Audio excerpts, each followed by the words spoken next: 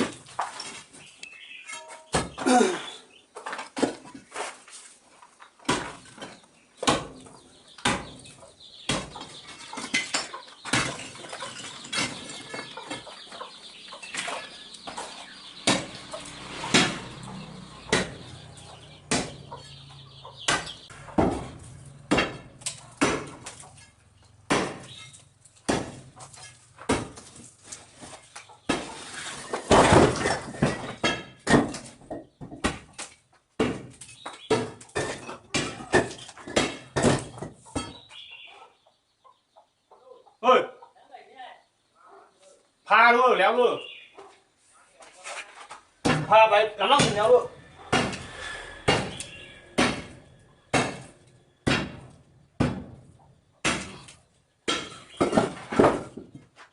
Pha bây giờ đi lấy à, hệt lên, phá thôi.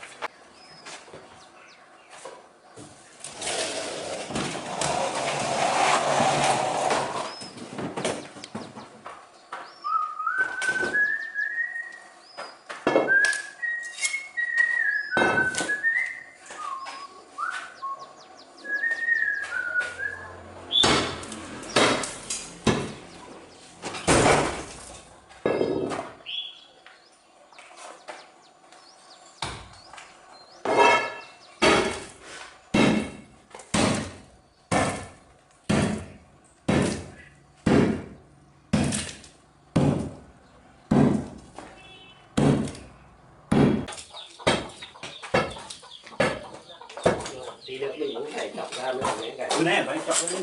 Phải chọc được nữa. Được gạch nữa.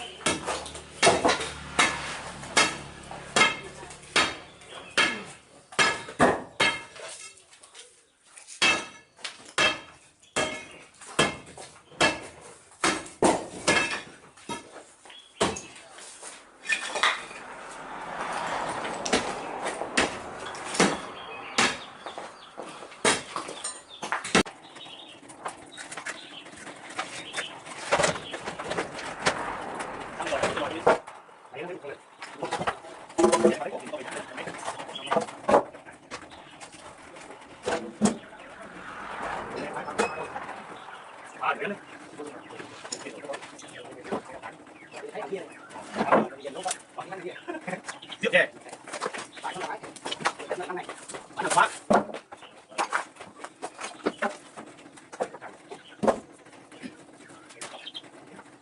Cái sổ cháy. Sổ cháy đi đấy. Bắn máy. Nó cái tóm đi. Ui.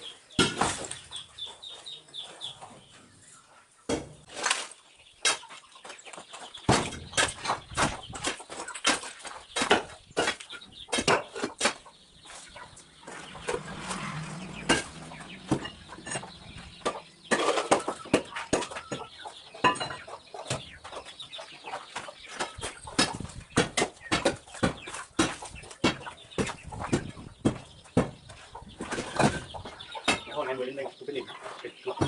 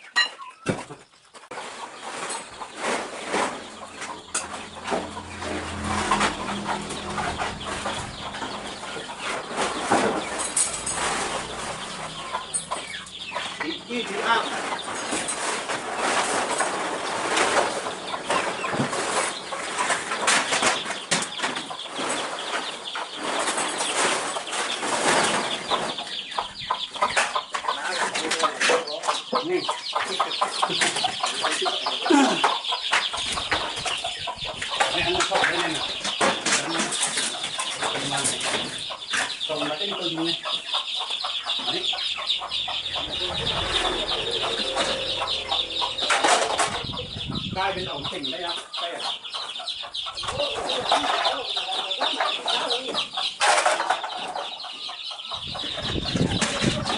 วันเดิมมากเราเป็นร้านเนี่ย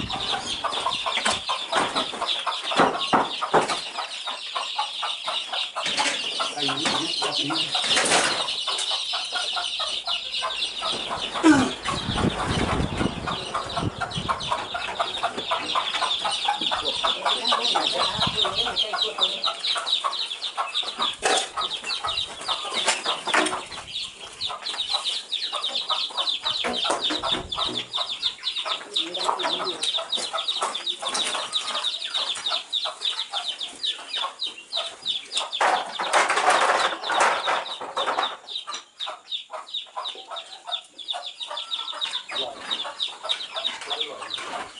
đi khăn lội nó được ổn cái này thôi không được ổn mình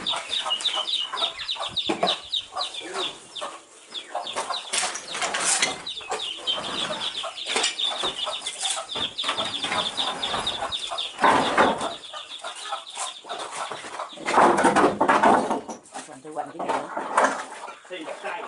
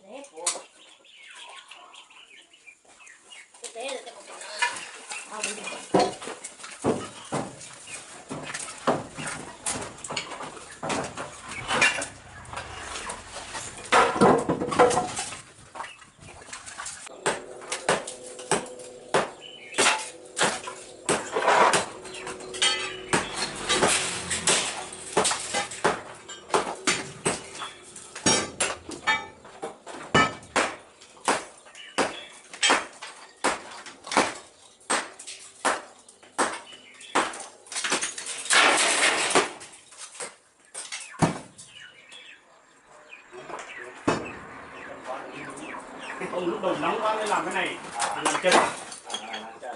Rồi thấp quá cái cùng nóng nó thái này. Như dùng con nó phải làm chân nữa. Ừ.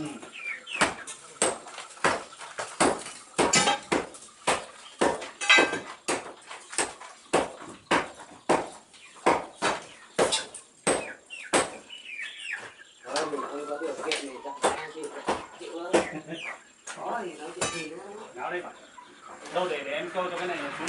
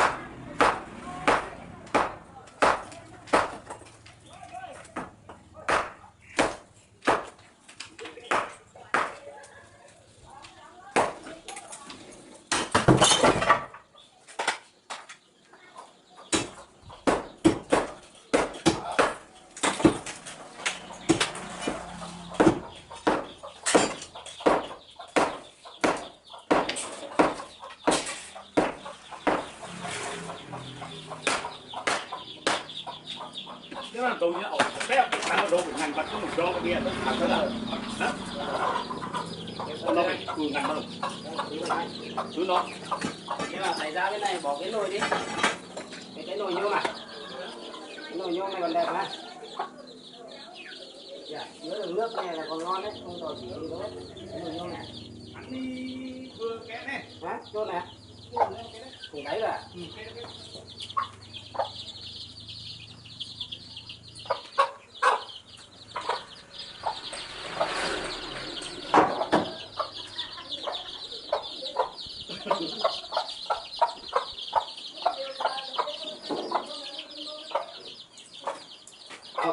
bé trắng đi đấy, bé cái vào đây, bé ngoài kia, bé gọi này.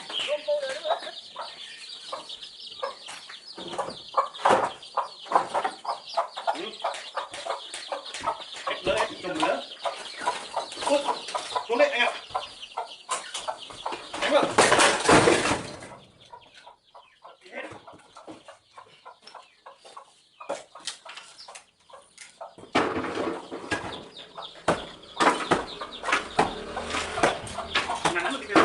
lại đi. Đó là đẩy cái phá cái này.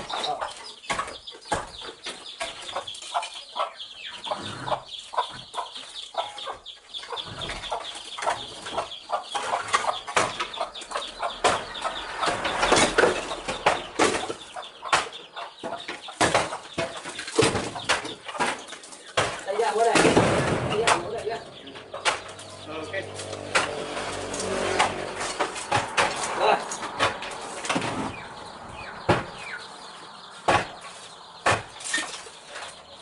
Cái bữa này nó lâu rồi nó không chắc như thế mấy này. Cái này.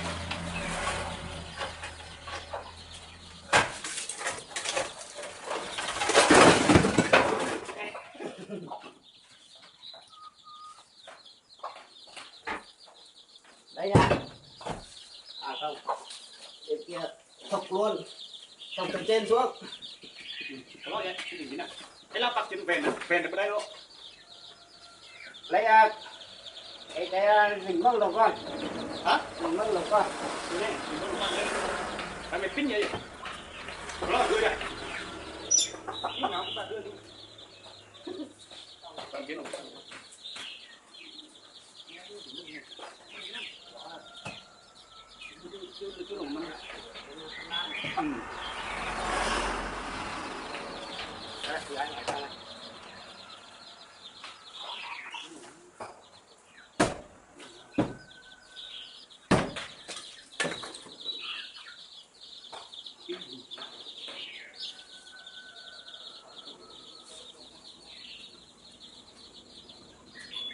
Lấy được đến ngay nha. Đến ngay nha. Không cái đường này Không thì bắt đầu lên dần nó sẽ dễ hơn. Không có cái không đấy.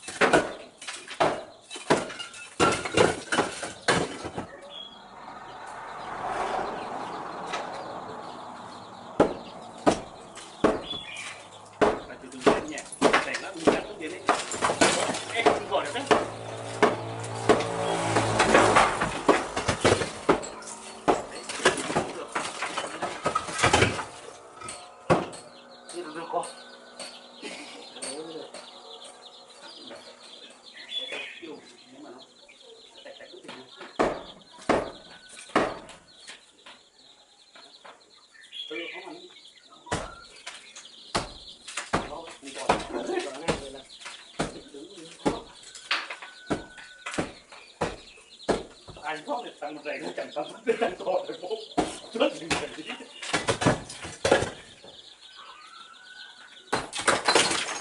ai có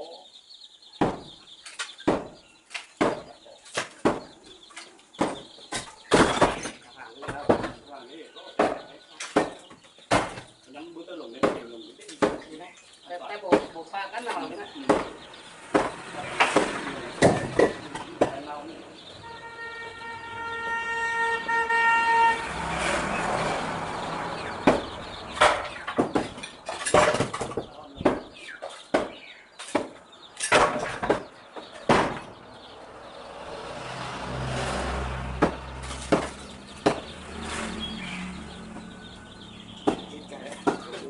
cái cầm mày cái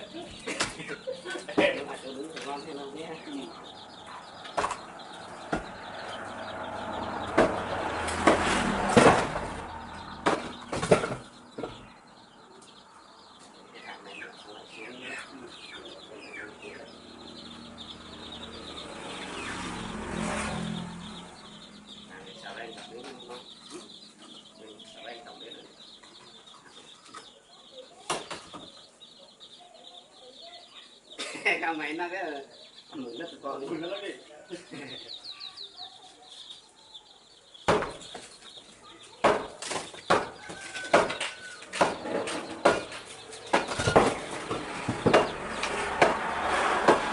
nó cần cái gì lực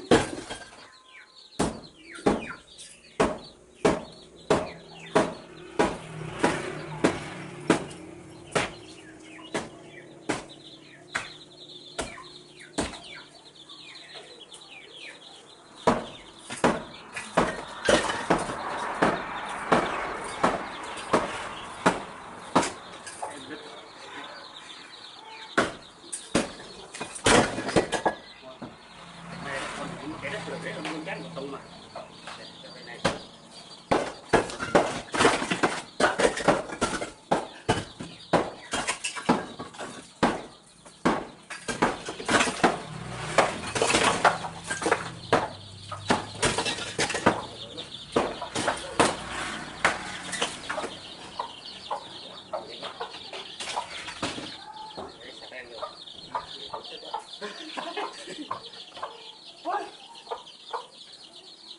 Chưa quăng được bạn ạ.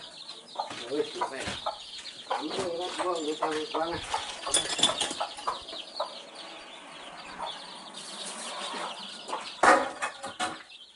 Tôi sẽ bỏ tí nha.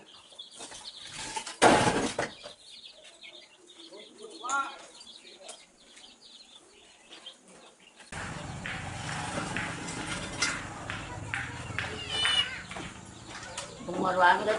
Đây là ông bà đây lồng ăn đấy cả. Bông à? Hả? Bông mà này. Này. Mà lồng lá của con à? Nào bông mòn đấy.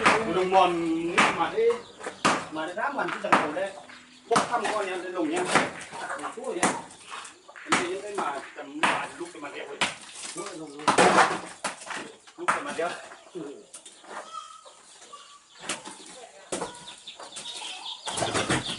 Lúc cái mặt đẹp mừng.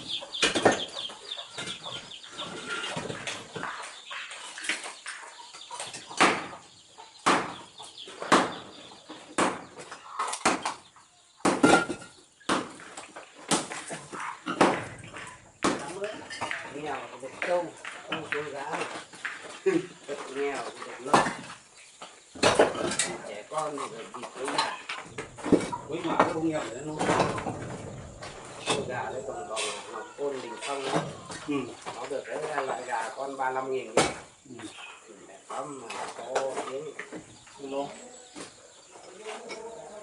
trắng lạ. Thì đều là con vịt nhỏ thôi.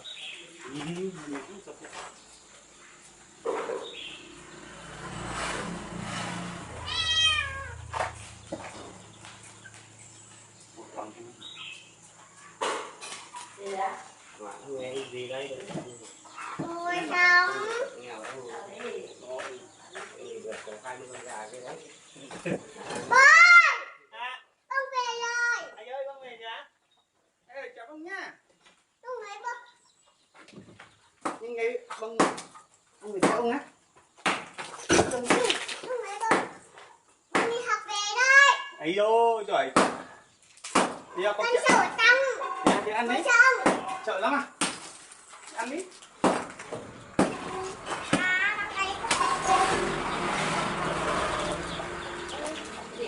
Ăn sâu. Ăn sâu Đi đây. chợ lắm. Ăn sâu đây. Ăn sâu đây. Ăn sâu đây. Ăn sâu bò. Không bao nhiêu nhịp đi.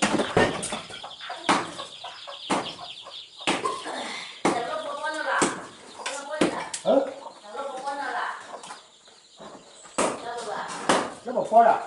Con phải cái ba con là được.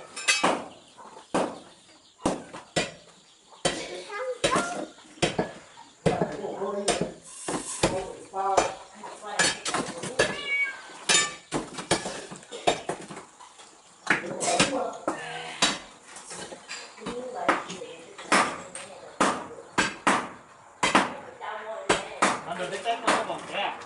Không nhiều à? Tán cái tép kia mà.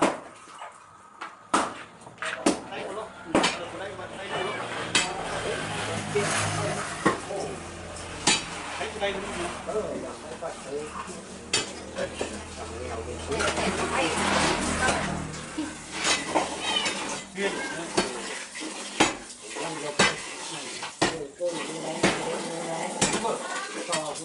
Lắm không? Dạ.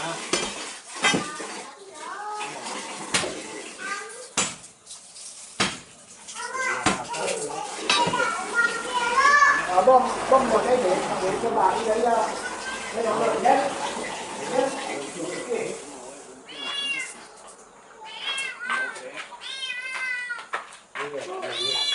Để xem có được cái bạn đi ăn.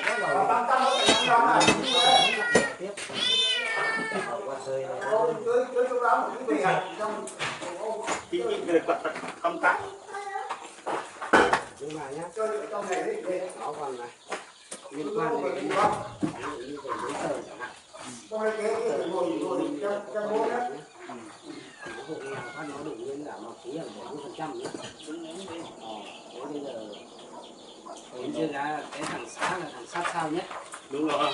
Thế là những cái mày và những cái hộ mà cháu có con đi học 5 năm cũng cho nghèo nó về đó. Đấy mày nói chỉ cần của bản thân nó không thích nghèo nhưng mà nó chỉ là lấy cái giấy để cho con nó làm hồ sơ nghèo thôi. Còn bò trâu bò nó thậm chí nó đỡ nhận luôn. Ở gần đây cái giấy đó. ở gần đây của đấy. Thế là để mày đi học đại học thì nó lại cả làng thì đi học hết rồi.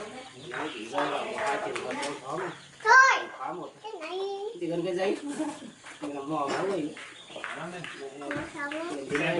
Ở đây xem bố tí xong bà đi đây đâu lợn tí nhá. Kia không đặt. Không rồi đó. Ai ơi. Giật Đi ai gì? đây đâu lợn tí. Giật ai đi? Cầm một trăm mua. Giật của bố á? Bố xem cây của ba Nghi à? À, chào bác. Chào nhá. Chà, cây của ba Nghi nữa, đừng cho đồ nhé. Giờ em không có kẹo gì à? Chút kìa. Đó. sâu. Còn chui. À, đúng rồi. Bác quên, bác còn không biết.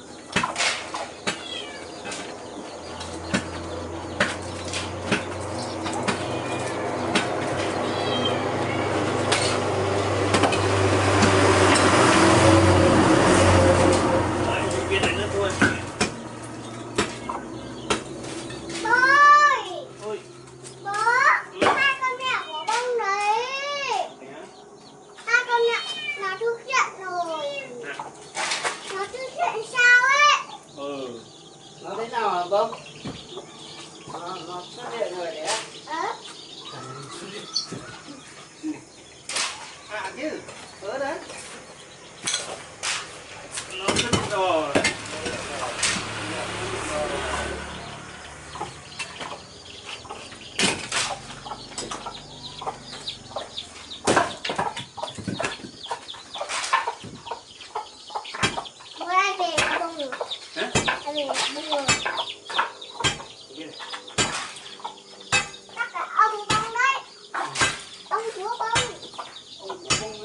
Ừ.